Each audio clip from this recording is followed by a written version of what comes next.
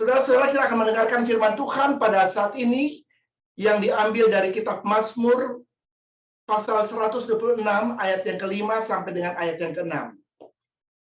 Yang bunyinya adalah demikian.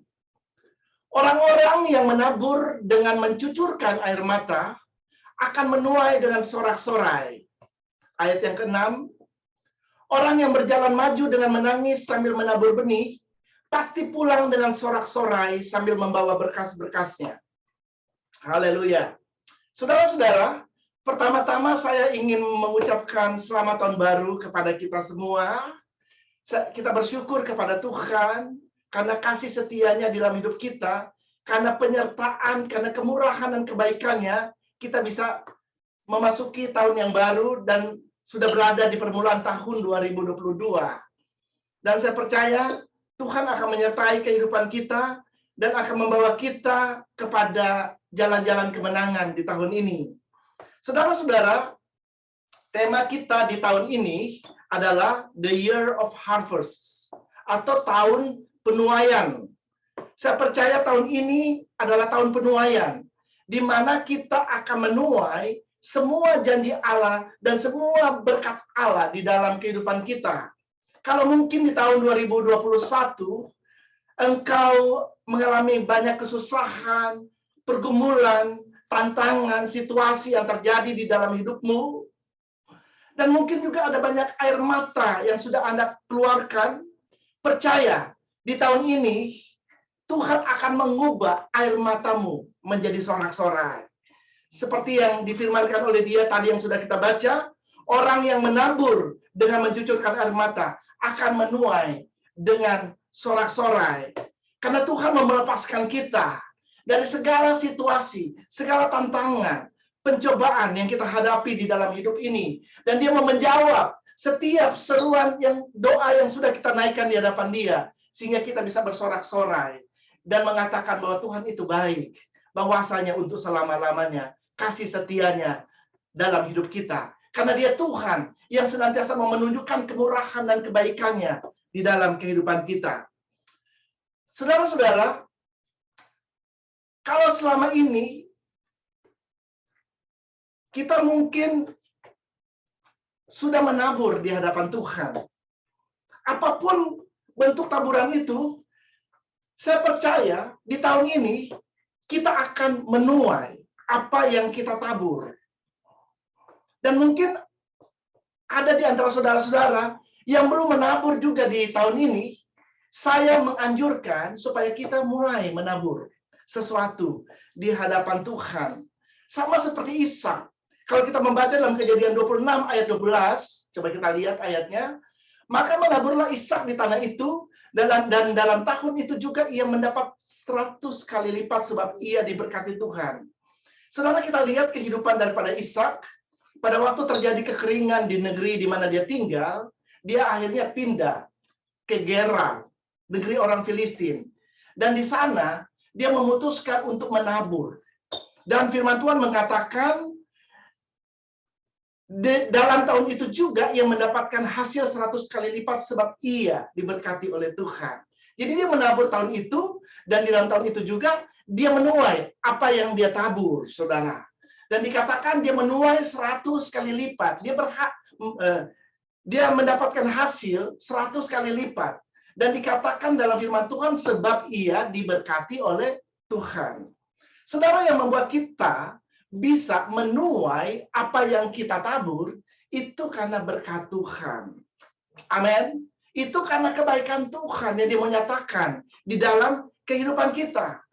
Paulus berkata, aku menanam, Apolos menyiram, tetapi Tuhanlah yang membuat pertumbuhan.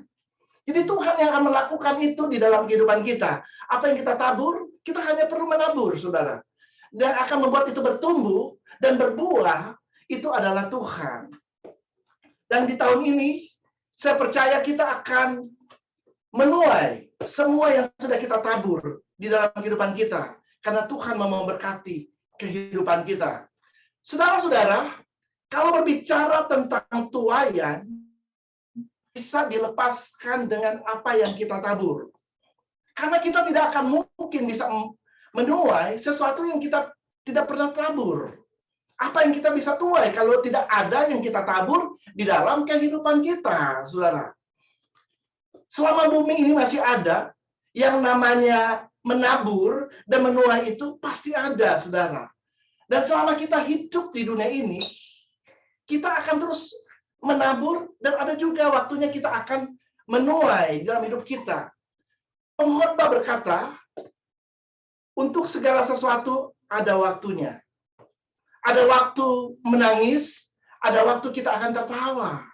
Ada waktu bersedih, ada waktu juga kita akan bersukacita, bersorak-sorai. Ada waktu kita menabur, dan ada waktu juga kita menuai apa yang kita tabur dalam hidup kita. Banyak orang mengharapkan untuk menabur, untuk bisa menuai sesuatu. Tetapi sangat disayangkan, mereka tidak pernah menabur sesuatu di dalam kehidupan mereka. Ada pengharapan mereka tidak akan pernah terjadi, karena tidak ada yang ditabur. Karena kita tidak mungkin menuai sesuatu yang tidak pernah kita tabur di dalam hidup ini. Kalau kita lihat di dalam 2 Korintus 9 ayat yang ke-6, dikatakan oleh firman Tuhan, camkanlah ini. Orang yang menabur sedikit akan menuai sedikit juga. Dan orang yang menabur banyak akan menuai banyak juga. Saudara, kalau Anda membaca firman Tuhan ini berbicara tentang hukum menabur dan menuai.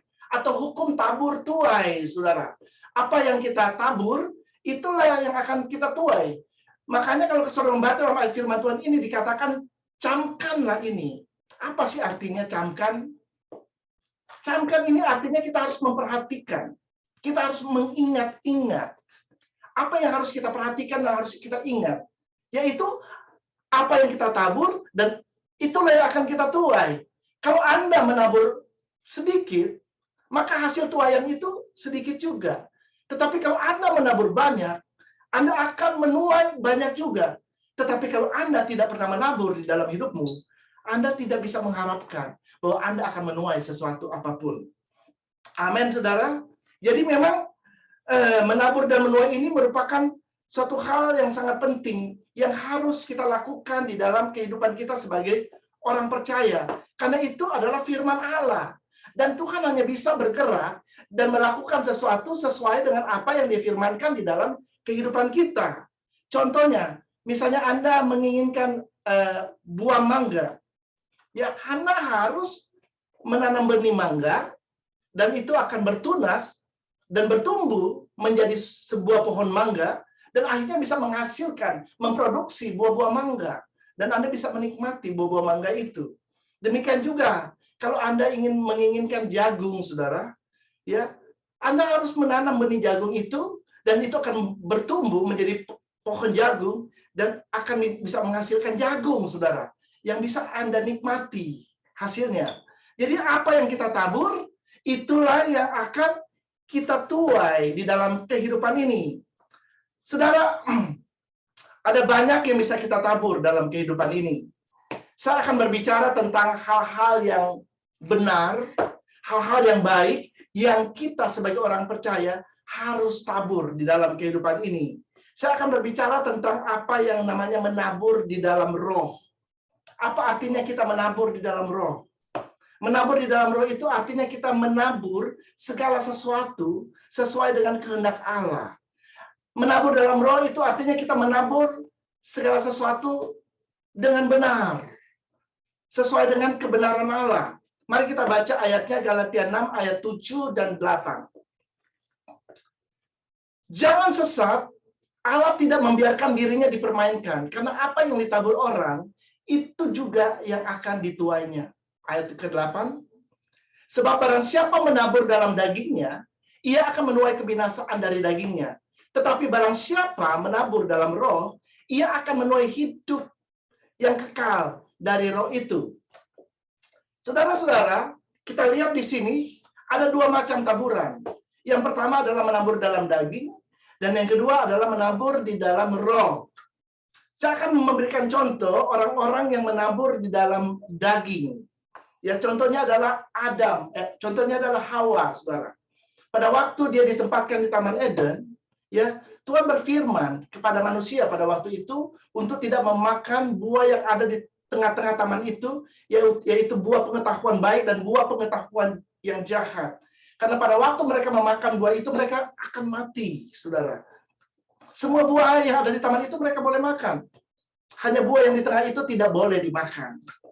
Tetapi karena keinginan daging, keinginan mata, Hawa melanggar apa yang Tuhan perintahkan kepada dia, saudara.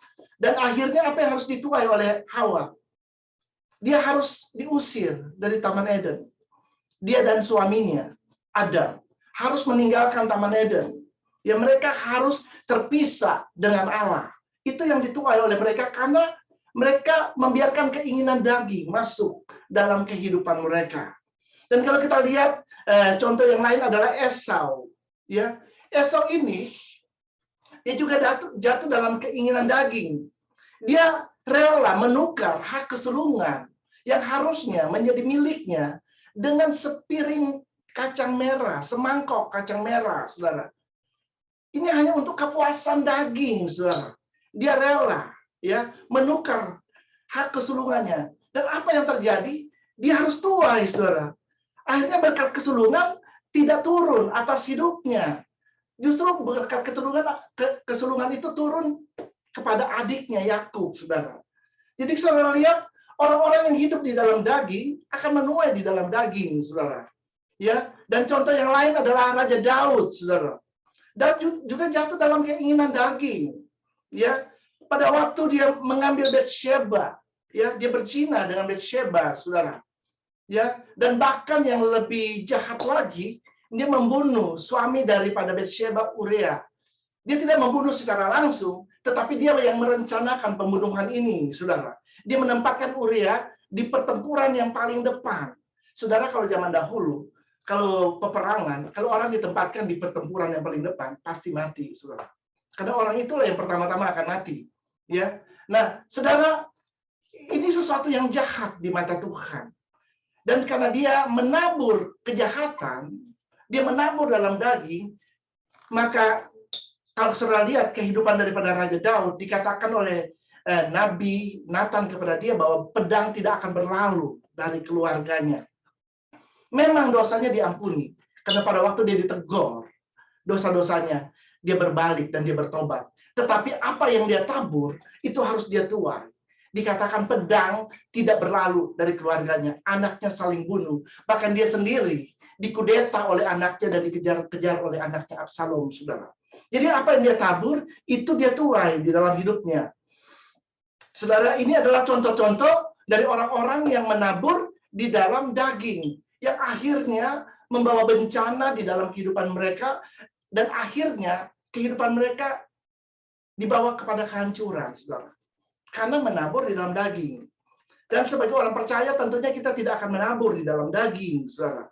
Kita menabur di dalam roh, Karena pada waktu engkau memilih, memutuskan untuk menabur di dalam roh, maka itu akan membawa engkau kepada kehidupan.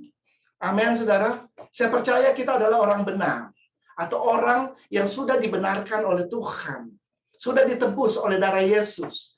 Dan tentunya sebagai orang yang sudah diselamatkan oleh Tuhan, maka ada Roh Kudus yang tinggal di dalam hidup kita.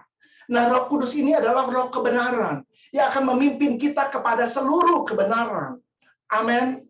Ya, dan tentunya pada waktu kita melakukan sesuatu, kita akan melakukan sesuatu itu secara benar. Pada waktu kita menabur, kita akan menabur itu sesuai dengan apa yang menjadi kehendak Allah. Sesuatu yang benar yang akan kita tabur di dalam hidup ini. Amin. Saya akan memberikan contoh bagaimana itu menabur dalam roh. Ya, yang pertama adalah menabur dengan perkataan-perkataan yang benar yang keluar dari mulut kita.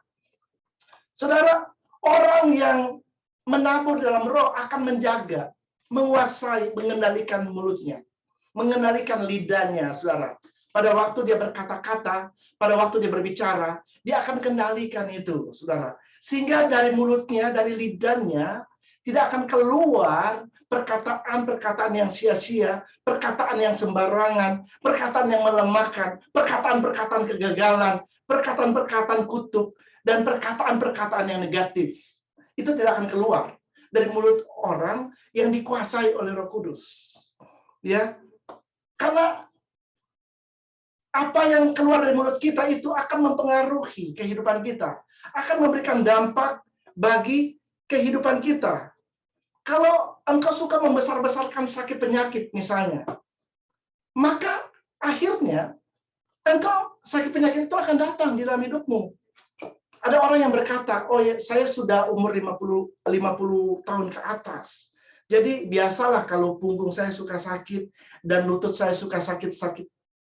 Karena udah umur. Saudara, itu artinya kita menerima sakit penyakit itu datang dalam hidup kita. Dan juga ada orang yang berkata, saya ini emang turunan. Ya, opa saya, kakek saya, darah tinggi.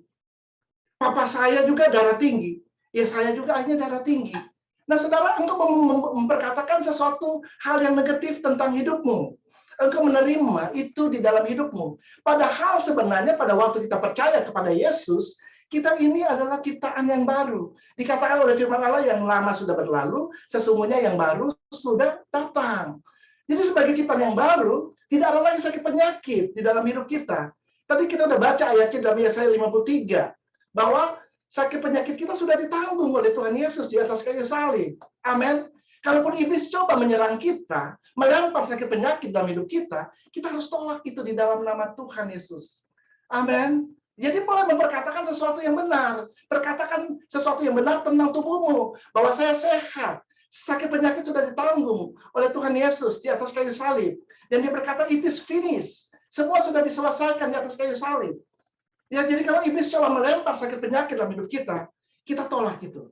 Kita perkatakan, tubuh sehat. Organ-organ saya, semua berfungsi dengan baik dan sempurna. Saudara perkatakan kesembuhan. Ya, perkatakan, declare bahwa saudara sehat, maka itu akan terjadi di dalam hidupmu. Dan juga ada orang, ya dia sebagai seorang karyawan, seorang pekerja, ya kadang-kadang mengucapkan kata-kata yang sembarangan.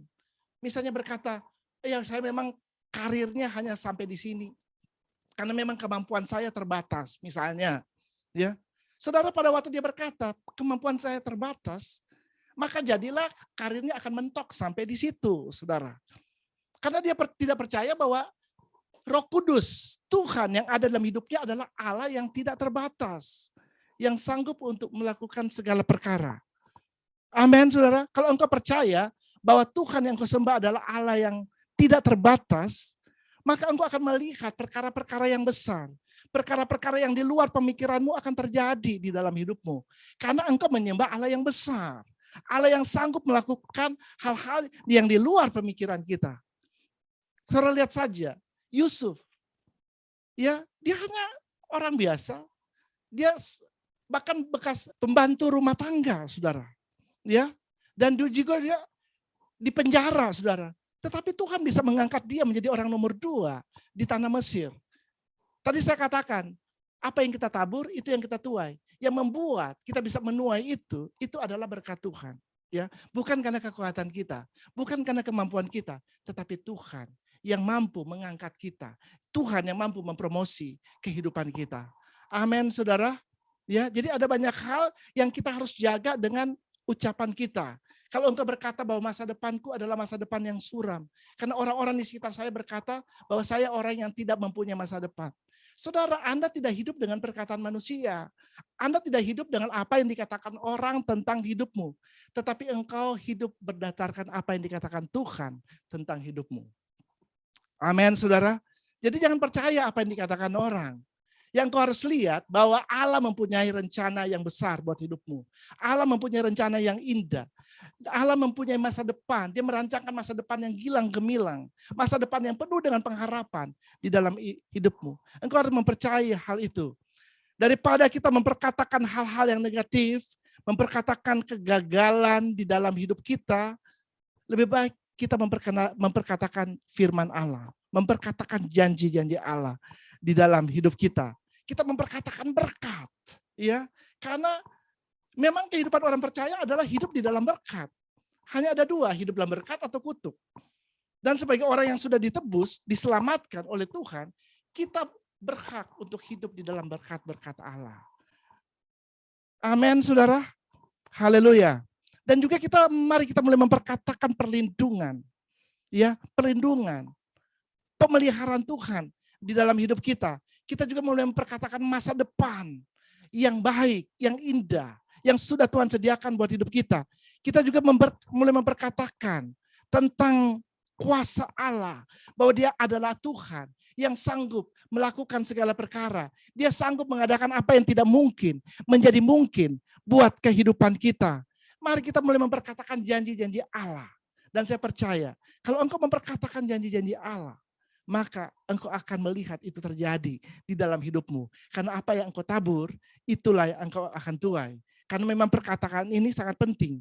Kalau saudara membaca dalam Amsal 18 ayat 21, hidup dan mati dikuasai lidah. Siapa suka menggemakannya akan memakan buahnya. Jadi saudara lihat dalam ayat firman Tuhan ini dengan jelas dikatakan bahwa hidup dan mati kita tergantung dari lidah kita. Kalau engkau sering memperkatakan hal-hal yang negatif, hal-hal yang melemahkan engkau, memperkatakan kegagalan, memperkatakan yang sembarangan, maka itu akan terjadi dalam hidupmu. Tetapi kalau engkau memperkatakan firman Allah, memperkatakan janji-janji Allah di dalam hidupmu, maka itu pun akan terjadi di dalam hidupmu. Itu yang pertama, kita menabur dengan perkataan-perkataan yang benar di tahun ini. Amin. Masuki tahun ini dengan optimis, dengan semangat, karena kita percaya ada rencana Allah yang besar di dalam kehidupan kita. Yang kedua adalah menabur dalam perbuatan-perbuatan baik. Saudara, kita harus percaya pada waktu kita diselamatkan oleh Tuhan, Tuhan sudah mempersiapkan kita untuk melakukan pekerjaan yang baik. Kita lihat ayatnya dalam Efesus 2 ayat yang ke-10. Karena kita ini buatan Allah, diciptakan dalam Kristus Yesus untuk melakukan pekerjaan baik yang dipersiapkan Allah sebelumnya. Ia mau supaya kita hidup di dalamnya. Haleluya. Saudara, kalau saudara lihat dalam ayat firman Tuhan ini, dikatakan kita ini adalah ciptaan Allah. Kita ini adalah buatan Allah. Diciptakan dalam Kristus Yesus.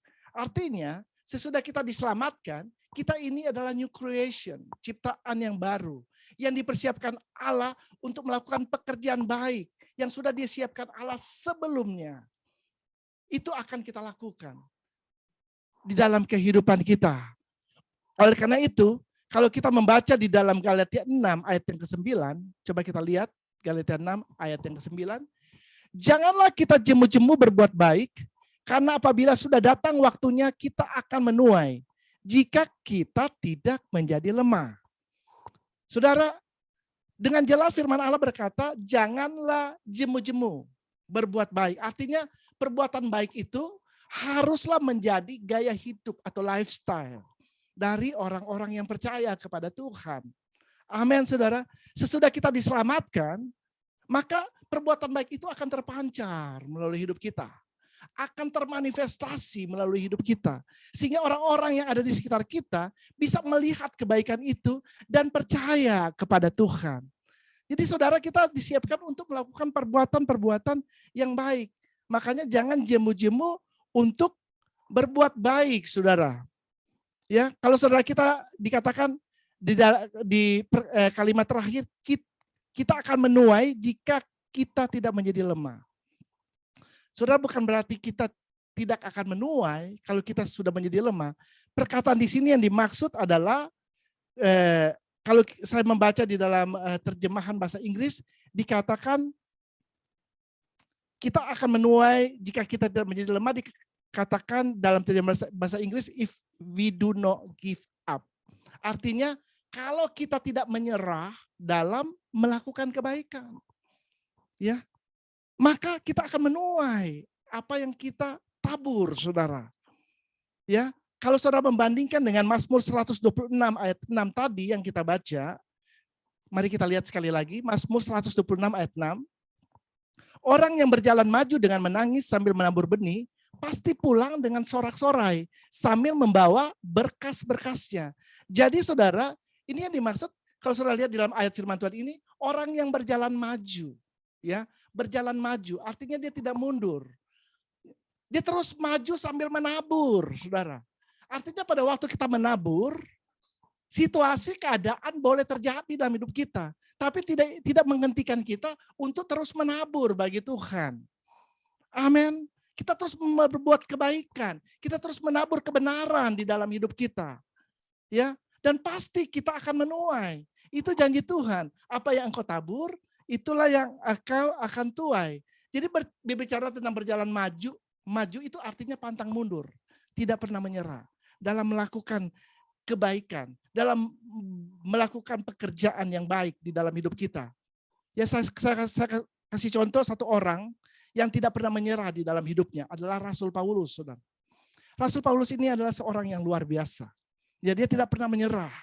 Walaupun ada banyak tantangan yang terjadi pada waktu dia melayani Tuhan. Kalau kita membaca dalam Kisah Para Rasul 20 ayat 19, coba kita lihat ayatnya. Dengan segala rendah hati aku melayani Tuhan. Dan dalam pelayanan itu aku banyak mencucurkan air mata. Dan banyak mengalami pencobaan dari pihak orang Yahudi yang mau membunuh aku. Saudara lihat, ya, kita lihat di sini bahwa banyak menghadapi pencobaan, saudara. Ya, banyak menghadapi tantangan di dalam hidupnya. Tetapi dikatakan oleh Rasul Paulus, ya, walaupun dia ada banyak mengeluarkan air mata, banyak situasi yang dialami, pada waktu dia melayani Tuhan dia tidak pernah menyerah. Amin. Dia tidak pernah menyerah kepada Tuhan. Ya, saudara lihat, dia terus menabur, dia terus menabur kebaikan, dia terus menabur, dia terus memberitakan Injil, baik waktunya ataupun tidak baik waktunya, dia tetap menabur bagi Tuhan. Dan saudara lihat apa yang dia tuai. Ada begitu banyak orang-orang di luar orang Yahudi yang akhirnya menjadi percaya kepada Tuhan.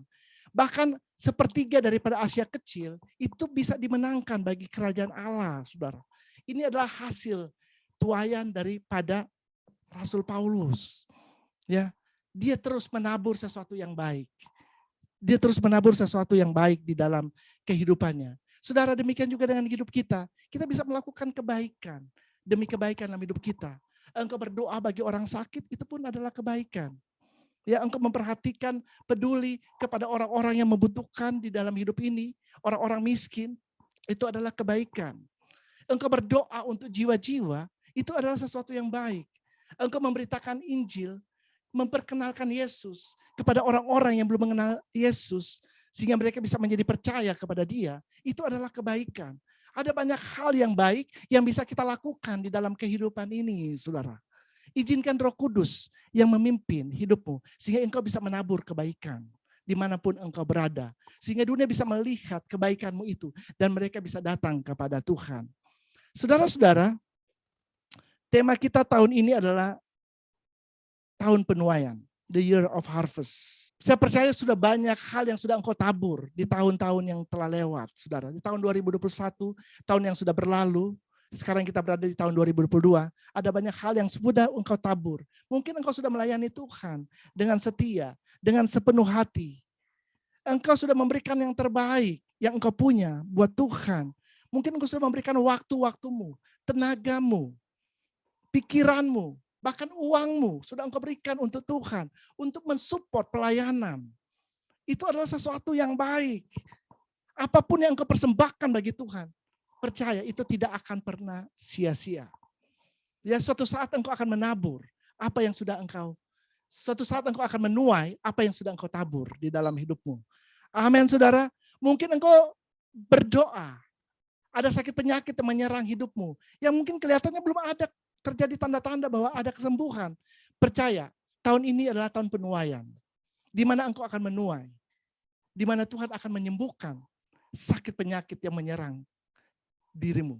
Karena sakit penyakit itu tadi saya katakan bukan dari Tuhan, itu dari kerajaan kegelapan. Percaya, tahun ini engkau akan menuai. Amin, saudara. Ya. Dan mungkin ada situasi, tantangan yang engkau alami di tahun ini. Percaya, di tahun ini juga engkau akan melihat jalan keluar yang Tuhan akan berikan di dalam hidupmu. Mungkin engkau sedang mencari pekerjaan Percaya, Tuhan akan memberikan pekerjaan yang terbaik di dalam hidupmu yang engkau tidak pernah pikirkan sebelumnya. Itu engkau akan lihat. Karena engkau sudah berdoa untuk hal itu. Engkau akan melihat, engkau akan menuai. Tuhan akan memberikan pekerjaan yang terbaik di dalam hidupmu. Apapun yang sudah engkau tabur di tahun-tahun yang telah lewat, percaya di tahun ini engkau akan menabur, engkau akan menuai itu di dalam hidupmu. Engkau akan menuai semua janji-janji Allah. Engkau akan menuai semua berkat Allah yang sudah Tuhan janjikan di dalam hidupmu. Terlebih lagi, jiwa-jiwa kita akan tuai. Amin, saudara. Saya rindu bahwa di tahun ini Tuhan akan mengirim lebih banyak jiwa lagi di gereja ini, di gereja online ini. Dan lebih banyak jiwa lagi Tuhan akan kirim di sel-sel grup yang ada. Sehingga sel-sel grup yang ada, yang sekarang ada 22 sel grup, bisa bermultiplikasi menjadi lebih banyak lagi. Sehingga ada banyak jiwa boleh dikuatkan dan diselamatkan bagi Tuhan. Mari kita memasuki tahun 2022 dengan penuh semangat. Karena Roh Kudus ada bersama dengan kita. Karena penyertaan Tuhan ada dalam hidup kita. Kita akan menuai segala sesuatu yang sudah kita tabur. Dan kita akan berjalan dari satu kemenangan kepada kemenangan yang lain. Amin.